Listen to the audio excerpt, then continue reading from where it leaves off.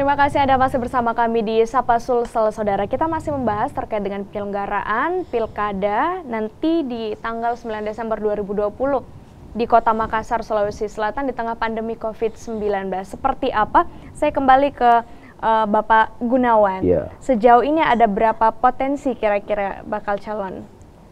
Ya, kalau melihat regulasi syarat pencalonan ya, kalau kita ketahui bahwa 25% perolehan kursi ya yang diusung oleh partai politik atau gabungan partai politik, atau bukan 25%, 20% ya, atau 25% suara sah partai politik yang memperoleh kursi di DPR. Nah, kalau di Makassar karena 50 kursi di DPRD Makassar, berarti 20%-nya adalah 10 kursi ya, 10 kursi.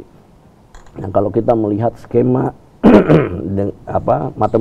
skema matematisnya otomatis memungkinkan sebenarnya ada potensi 5 ya, hanya saja dengan melihat skema pembagian kursi di partai-partai politik ya yang ada di Makassar itu tentu tidak memungkinkan untuk 5 calon, karena misalnya ada yang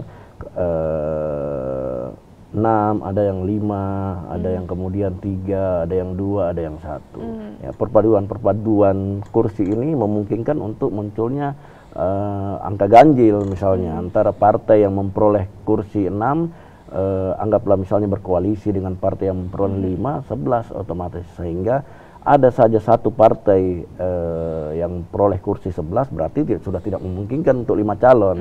Yang paling memungkinkan adalah 4 calon. Namun saya kira kalau mengenai perkembangan kekinian bagaimana pengerucutan koalisi di partai ya bukan domain kami ya.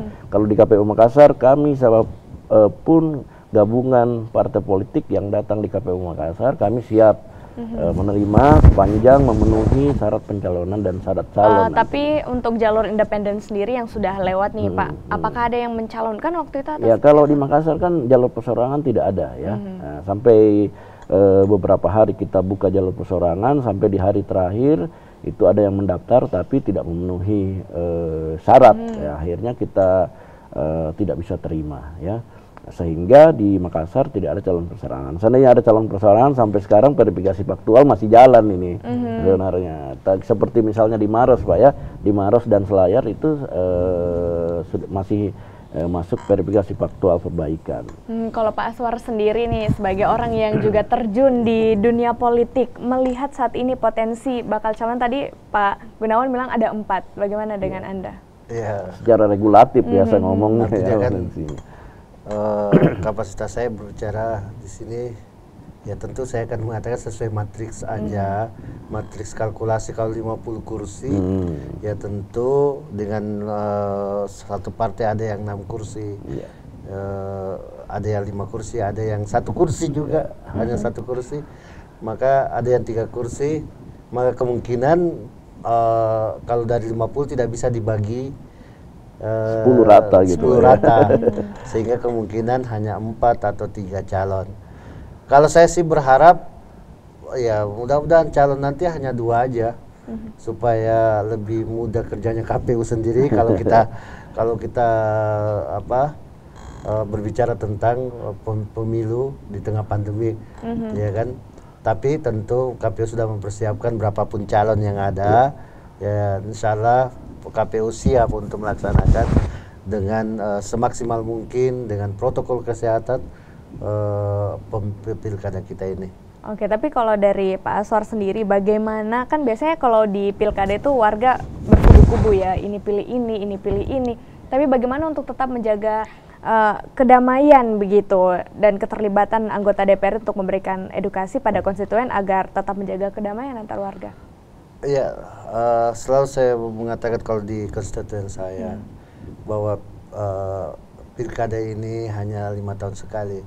Jangan sampai persaudaraan, persahabatan, kerukunan warga terpecah gara-gara ini. Ya kan, tujuan kita sama, memilih pemimpin yang terbaik. Jadi siapapun yang terpilih tentu itu adalah yang terbaik. Jadi ini hanyalah sebuah proses dari demokrasi yang kita sepakati bersama dan siapapun terpilih tentu itu adalah warga yang terbaik untuk Kota Makassar sendiri, khususnya di Kota Makassar. Tapi untuk dari KPU sendiri, bagaimana untuk tetap meningkatkan kepercayaan masyarakat kepada KPU sebagai penyelenggara pemilu? Ya, saya kira dengan menunjukkan kerja-kerja yang berintegritas ya, bagaimana penyelenggara ad hoc, mulai dari khusus untuk misalnya di tingkat kota ya, mulai dari tingkat kota hingga penyelenggara kita di bawah, kita harus menguatkan trust ya, kepercayaan orang-orang terhadap kami, khususnya misalnya dalam bekerja gitu. Misalnya di tingkat PPDP kami yang sekarang turun untuk pemutahiran data, bagaimana bekerja sungguh-sungguh melaksanakan aturan-aturan yang memang sudah digariskan, termasuk juga petugas kami di PPS, PPK, bagaimana menjaga kenetralan, bekerja sungguh-sungguh, tidak bermain-main misalnya dengan tim calon, ya, menaati semua petunjuk-petunjuk etik dan profesionalisme kerja, termasuk juga di tingkat PPK, ya, karena selama ini memang banyak disoroti, misalnya di kabupaten kota manapun yang paling banyak disoroti penyelenggara ad hoc di tingkat kelurahan, kecamatan misalnya. Lebih-lebih di tingkat kota, bagaimana menunjukkan kerja-kerja yang berintegritas, bahwa kami betul-betul lembaga yang netral untuk menyelenggarakan pemilihan serentak 2020. Tapi kalau dari Pak Aswar sendiri, pandangannya seperti apa terhadap integritas dan netralitas dari KPU saat ini? Sampai so far sampai sekarang ya kita melihat bagus. Ya, ya artinya ukurannya kemarin kan pileg dan pilpres kemarin di Kota Makassar ya khususnya ya. Dan alhamdulillah, mudah-mudahan apalagi komitmen yang baru disampaikan tadi Pak Gun, bahwa tentu masyarakat juga akan menilainya. Ya kan, jadi tinggal yang paling penting catatan bahwa jaga netralitas. Jaga netralitas dan maksimal dalam bekerja. Insya Allah pasti masyarakat memberikan penilaian yang baik dan optimis. Jadi kalau umpama kelihatan KPU-nya juga bagus, optimisme untuk datang ke TPS juga itu besar. Itu bisa menambah imun datang ke TPS. Selain tadi yang saya minta, inovasi-inovasi untuk datang ke TPS. Karena memang kendala kita setiap pilkada atau pileg itu adalah partisipasi pemilih. Partisipasi pemilih. Makanya mudah-mudahan ada inovasi, ada simulasi-simulasi yang dibuat KPU sebelum hari H nanti, bagaimana mendatangkan pemilih. Dan ini menjadi istilahnya batu ujian bagi KPU kalau mereka bisa lolos, berhasil melaksanakan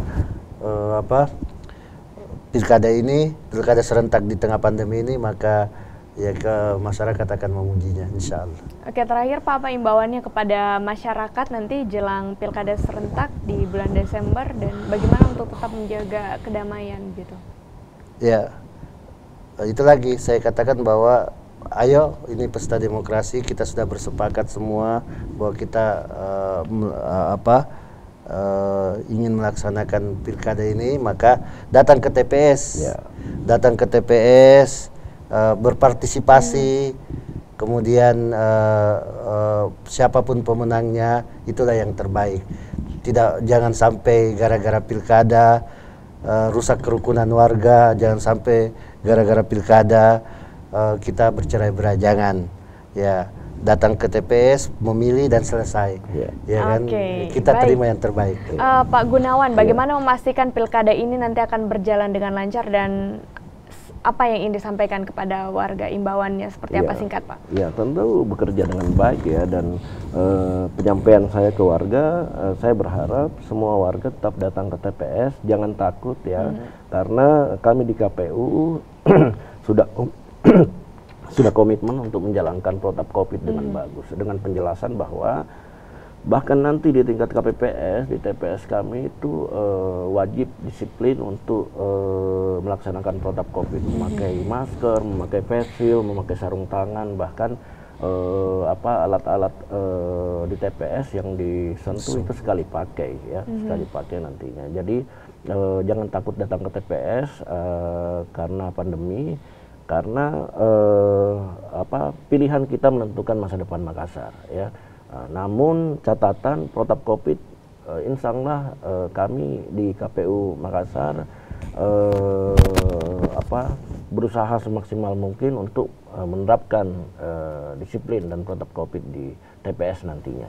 Oke, terima kasih Bapak Gunawan, anggota KPU Kota Makassar, dan Sama-sama. terima kasih juga Bapak Asor ST selaku anggota DPRD Kota Makassar. Saudara, tadi disampaikan jangan takut untuk datang ke TPS karena semua petugas Pilkada serentak nanti pada 9 Desember 2020 tetap melaksanakan protap COVID-19.